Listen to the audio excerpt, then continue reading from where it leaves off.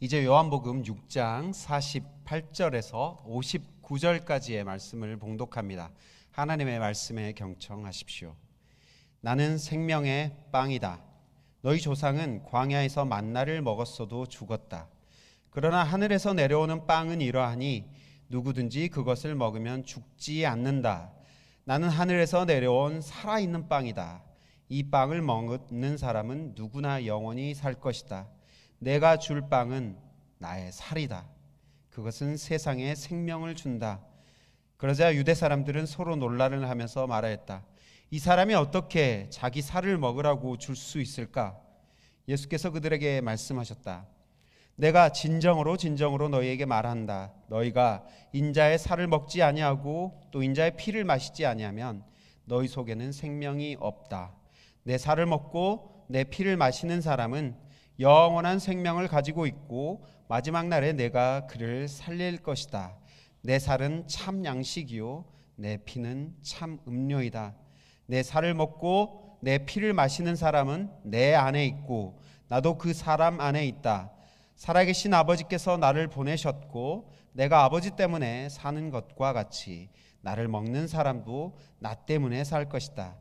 이것은 하늘에서 내려온 빵이다. 이것은 너희 조상이 먹고서도 죽은 그런 것과는 같지 아니하다. 이 빵을 먹는 사람은 영원히 살 것이다. 이것은 예수께서 가버나움 회당에서 가르치실 때에 하신 말씀이다. 이것은 우리 주님의 말씀입니다. 하나님 감사합니다. 아멘. 참 좋으신 우리 주님의 은총과 평강이 교우 여러분에게 함께하길 빕니다. 우리 옆에 분들에게 늘상 하듯이 좋은 일이 있을 겁니다 라고 축복하면서 같이 말씀을 듣기를 원합니다. 좋은 일이 여러분 모두에게 있길 빕니다. 한국의 인사들 중에는 좋은 일이 있을 겁니다도 있지만 식사와 관련된 많은 인사들이 있습니다. 밥과 관련되어 있는 거죠. 식사하셨어요? 라고 보통 말씀하죠. 밥은 먹고 다니냐? 유명한 영화 짤에 나오는 거죠. 밥은 먹고 다니냐? 언제 밥 한번 먹자. 이게 통용적인 한국인의 인사가 되어버렸습니다. 누가 그런 말을 하면 언제 몇 시 몇 분에 먹을까요? 항상 물어보시고 꼭 식사를 하시기 바랍니다.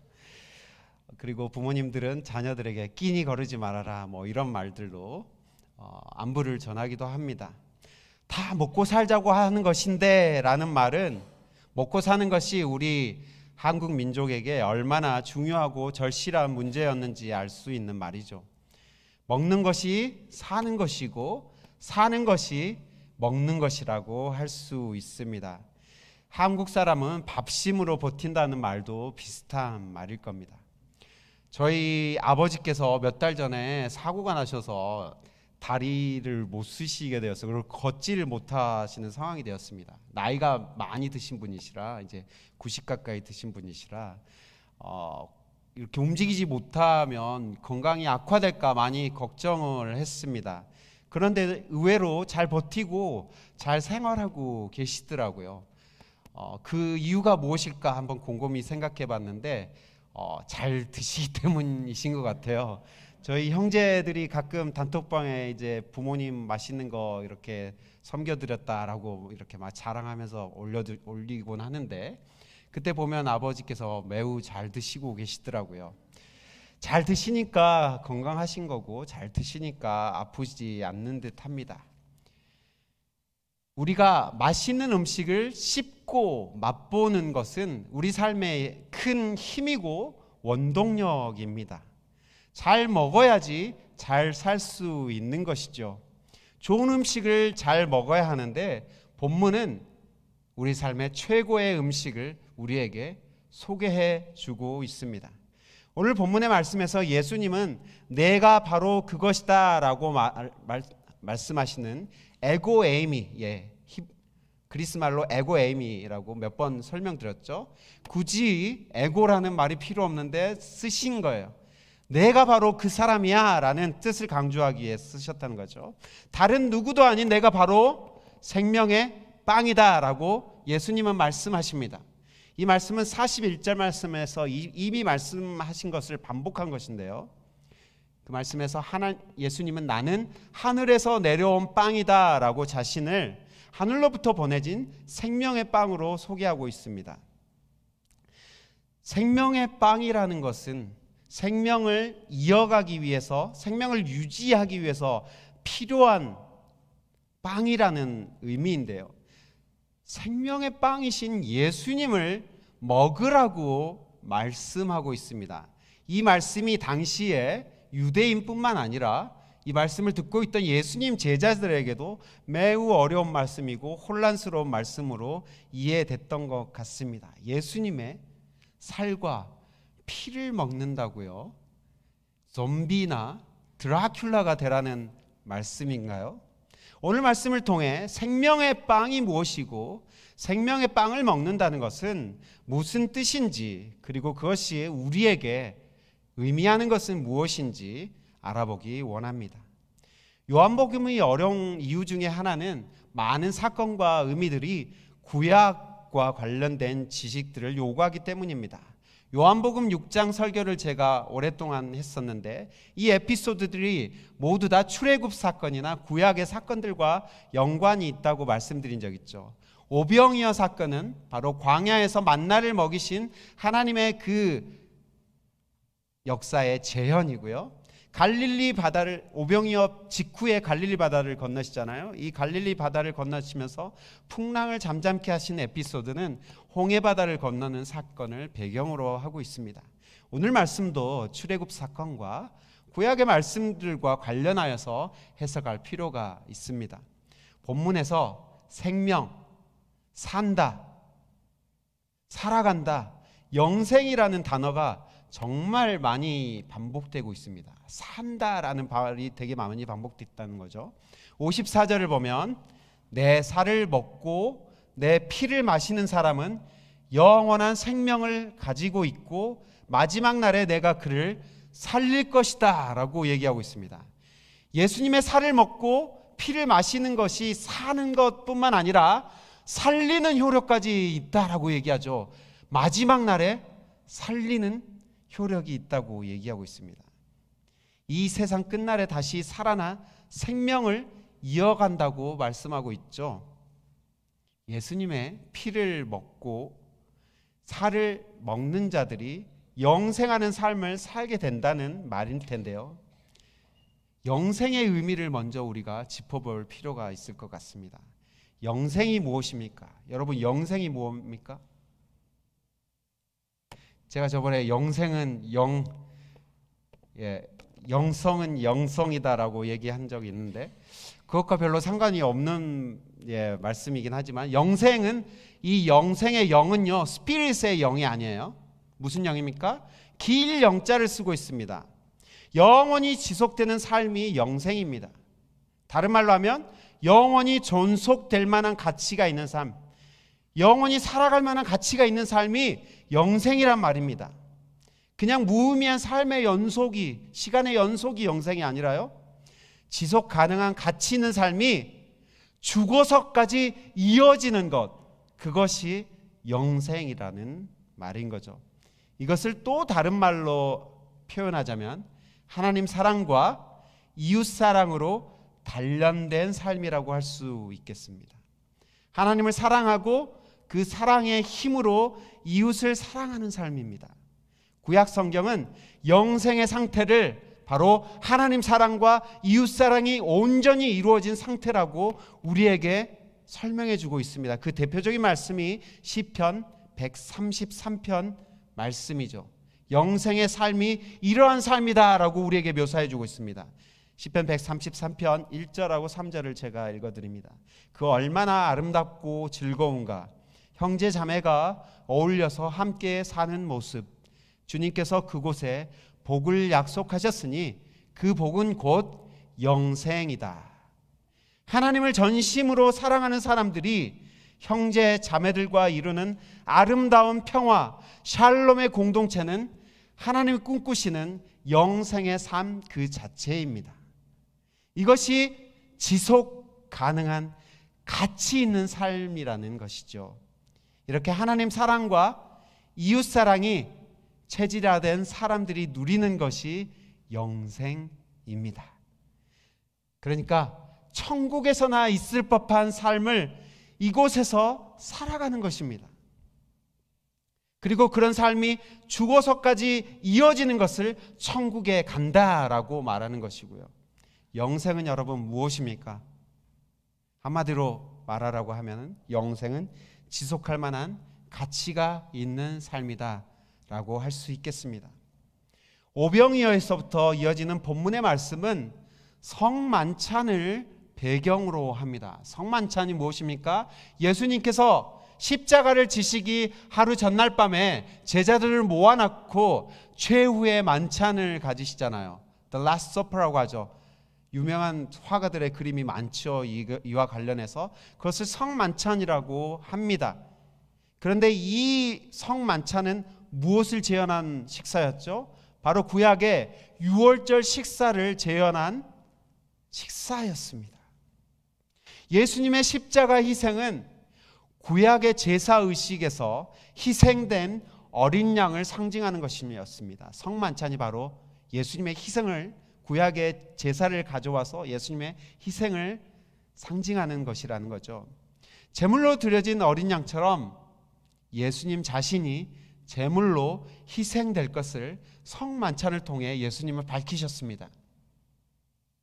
예수님께서 십자가에서 죽으신 것은요, 구약 희생제사가 갖는 두 가지 의미를 위함이었습니다. 예수님이 그것을 직접 밝히시죠. 첫 번째는 대속적인 희생입니다. 어린 여러분, 대속적인 희생이 어려운 말이죠. 대속적이란 말은 다른 사람을 위해서 대신해서 희생하는 거예요. 야구에 보면 희생 번트, 희생 안타가 있잖아요. 예, 다른 제가 야구를 이용해가지고 죄송한데, 희생이라는 것은 다른 사람을 위해서 내가 나의 것을 헌신을 하는 거예요. 나의 것을 손해를 보는 거예요. 예수님의 희생이 그런 거였다는 거예요. 다른 사람을 위한 거예요. 예수님 자신은 죄가 없지만 죄를 지은 다른 사람을 위해서 자신이 그들의 죄를 지고 예수님께서 십자가를 지셨다. 그것은 대속적인 희생이었습니다. 대신한 희생이었죠. 두 번째는 언약 관계를 위한 희생이었습니다. 무슨 말이냐면 예수님의 희생은요, 하나님과 죄인을 이어주기 위해서, 이 이어진 관계를 어려운 말로 언약 관계라고 합니다. 묶여진 관계라는 뜻이죠. 하나님께 맺어진 관계가 언약 관계인데 예수님은 우리와 하나님을 이어주기 위해서 희생을 당하셨다는 것이죠. 이것이 바로 두 번째 예수님의 희생의 의미인 언약 관계를 위한 희생입니다. 두 가지를 말씀드렸죠. 대속적인 희생과 언약을 위한 희생.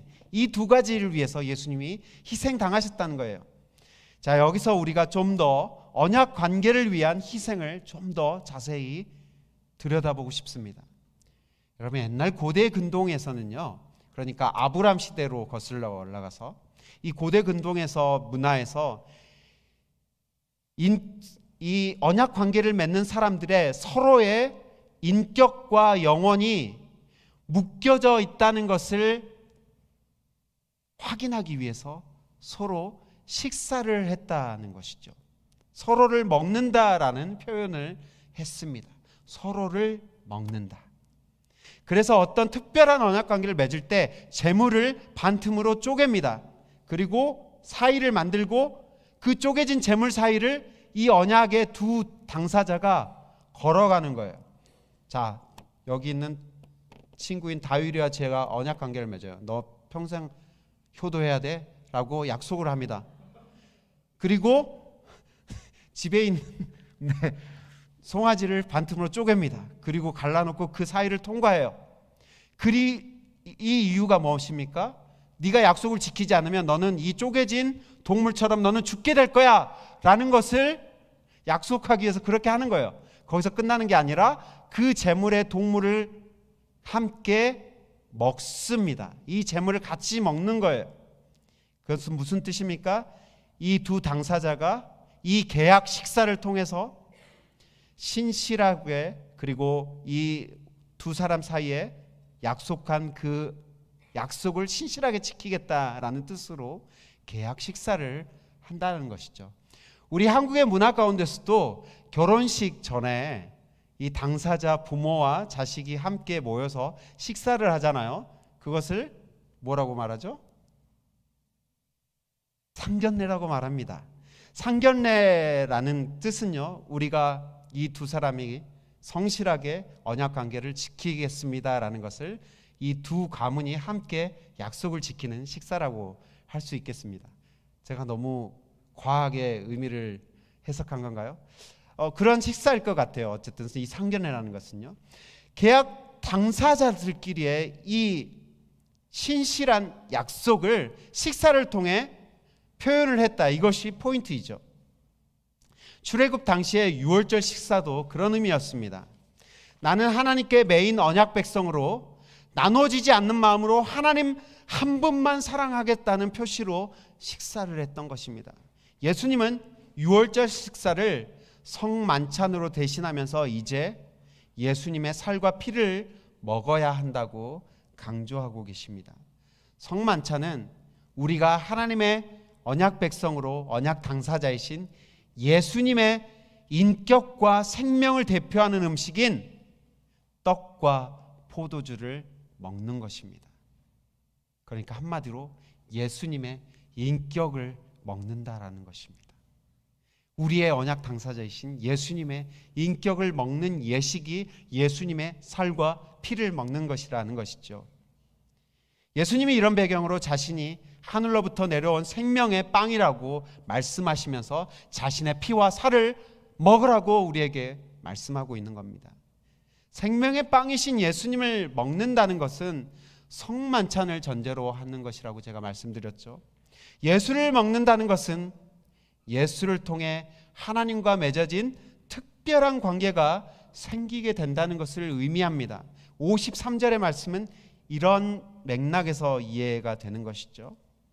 너희가 인자의 살을 먹지 아니하고 또 인자의 피를 마시지 아니하면 너희 속에는 생명이 없다. 그러니까 예수의 피와 살을 먹음으로써 새 생명을 얻고 하나님과 연결되는 관계가 생기게 된다는 것이죠. 예수를 먹는다는 것은 하나님의 언약 백성으로 하나님의 인격을 먹는다는 의미입니다. 계약 관계에서 먹는 행위는 서로의 인격을 먹겠다는 의미이기 때문입니다. 여러분, 결혼한 부부는요, 서로의 우정과 인격을 서로가 나누어 먹겠다는 뜻으로 결혼을 하는 것입니다. 결혼한 부부가 상대방의 인격을 먹지 못하고 상대방의 사랑과 상대방의 우정을 먹지 못할 때 그 결혼은 의미가 없어집니다. 매우 힘들어지는 결혼 생활이 되겠죠. 마찬가지로 예수를 먹는다는 것은 예수님의 인격을 먹는 것입니다.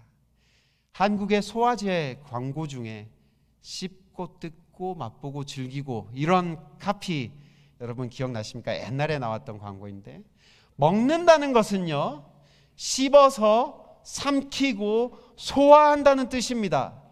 씹어서 넘기고 소화해서 영양분을 만드는 거죠. 이 과정에서 우리는 음식을 먹는 것과 같은 똑같은 효과를 얻게 됩니다. 원기를 얻게 된다는 거죠. 에너지를 받게 된다는 것입니다. 살아갈 힘을 얻게 된다는 것이에요. 예수님을 먹는다는 것이 그런 의미라는 거죠. 누가복음 24장에 보면요, 엠마오로 내려가는 두 제자 이야기가 나옵니다. 예수님이 죽자 삶의 의미를 잃어버린 이 두 제자가 자신의 고향으로 내려갑니다. 그들은 매우 기진맥진한 상황이었어요. 걸을 힘도 없었습니다. 그런데 예수님께서 그들에게 다가가시죠. 그리고 예수님의 죽음의 의미가 무엇인지를 계속 설명해 주십니다. 그리고 나서 예수님이 저녁에 식탁을 차리시고 그들에게 성만찬을 다시 재현합니다. 떡을 떼시면서 축사하시고 그들에게 나눠 주십니다. 그러자 그들의 눈이 열렸다라고 누가복음 24장 31절은 말해 줍니다. 떡을 먹자 원기가 회복되었다는 표현을 눈이 열렸다라고 표현하고 있습니다.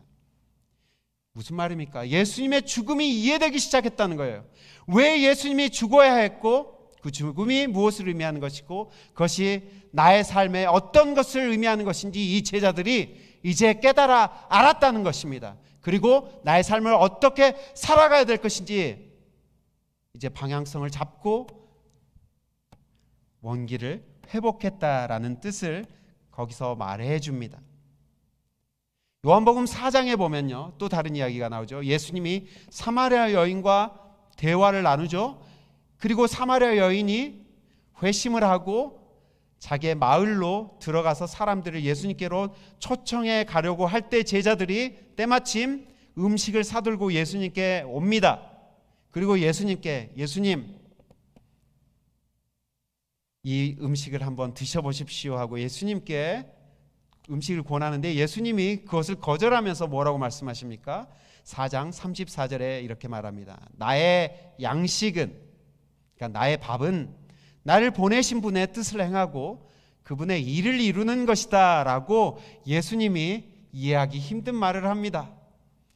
밥을 먹어야 힘이 나는데 예수님은 하나님의 뜻을 행하니까 내가 밥을 안 먹어도 배불러. 우리 부모님들의 자녀들 이렇게 막 음식 먹을 때 이런 말들 하죠. 너 먹는 것만 봐도 배부르다. 그런 뜻과는 조금은 다르지만 예수님께서 하나님의 뜻을, 그분의 뜻을 행하니까 내가 배부르다, 내가 에너지를 얻는다라는 의미에서 이렇게 얘기하시는 거죠. 하나님의 뜻을 살아내니 먹는 것과 똑같은 효과가 나더라는 것을 예수님이 말씀하고 있습니다. 여러분, 인간은 의미를 먹고 살아가는 존재라고 합니다.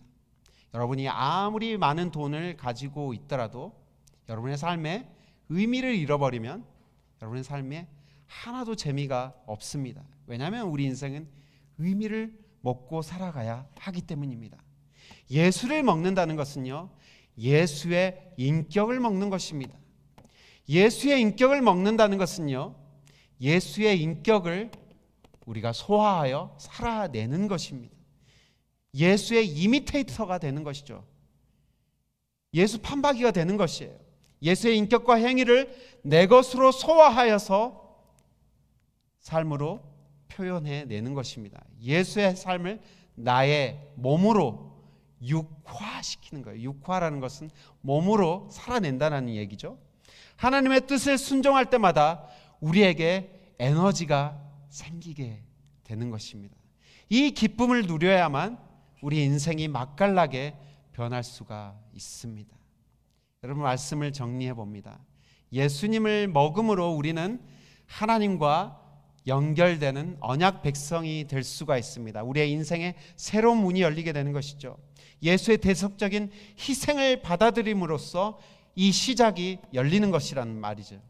거기서 멈추지 않고 예수를 먹는다는 것은 우리가 예수의 신부가 되어 언약 당사자이신 예수의 인격을 먹는다는 의미입니다. 예수의 인격을 먹고 소화하여 내 것으로 만들어내는 것이죠. 그러니까 예수가 추구한 가치 있는 삶을 나도 살아가는 것입니다. 예수께서 추구하신 가치 있는 삶을 한마디로 요약하면 무엇입니까? 하나님 사랑과 이웃 사랑이었습니다. 하루 세끼 식사를 거르지 않듯 하나님 사랑과 이웃 사랑을 부단히 실천하는 것입니다. 그것을 실천할 때에 밥을 먹은 똑같은 효과가 우리에게 나타나는 것입니다.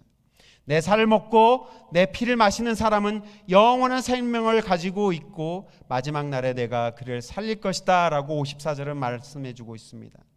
로마서 8장 11절부터 14절 말씀을 보면 예수를 죽은 자 가운데서 살리신 영이, 성령을 말씀하고 있죠. 이 영이 우리들의 죽을 몸도 살리실 것이다 라고 말씀합니다. 여러분, 죽을 몸이 무엇입니까? 죽을 몸, 죽어서 없어질 수밖에 없는 덧없는 가치에 매여 있는 몸이라는 뜻입니다. 영원히 존속할 수 없는, 영원히 지속될 수 없는 무가치한 것, 가치 없는 것에 매여 있는 몸을 성령님께서 재조정해 주셔서 가치 있는 삶에 우리를 드리게 해 주신다라는 것이죠. 그래서 계속 지속될 수 있는 삶인 영생의 삶으로 살아갈 수 있게 우리를 변화시켜 주신다는 것입니다. 그것을 누가 하신다고요? 바로 성령님께서 하신다는 말씀이죠. 성령의 감동과 도움으로 우리는 예수께서 보여주신 지속 가능한 영생의 삶을 살아갈 수 있습니다. 부단히 여러분의 몸을 이용해서 성령의 도움을 받아서 여러분 계속 연습해 보십시오. 여러분 기도하면 일주일 중에 한 번 이상은 여러분 주변에 반드시 이웃이 나타나게 되어 있습니다. 주님, 저에게 사랑을 표현할 수 있는 이웃을 보내주십시오. 그리고 그 이웃에게 여러분 사랑을 실천해 보십시오. 예수의 인격으로 이웃을 사랑하고 아름다운 공동체를 만들어 가십시오. 이것이 인생의 참 의미이자 재미입니다. 이것을 행할 때 우리의 삶은 에너지, 원기를 얻게 됩니다. 생명의 빵이신 예수를 먹는 우리 모두는 참으로 행복한 사람들입니다. 부디 예수의 생명력과 아름다운 인격이 여러분의 삶에 깊이 스며들어 하나님이 기뻐하시는 삶을 사시는 여러분 모두가 되시기를 축복합니다. 같이 기도하겠습니다. 주님, 우리가 감히 주님의 몸과 살을 먹고 마십니다. 주님, 주님의 피와 살을 먹을 때 우리의 삶의 참 의미를 깨닫는 시간이 되게 하여 주옵소서. 예수 닮기 원합니다. 예수의 인격을 덧입기 원합니다. 예수 닮은 우리 모두가 될 수 있도록 복 내려 주옵소서. 예수 그리스도의 이름으로 기도합니다. 아멘. 예배를 마쳤습니다.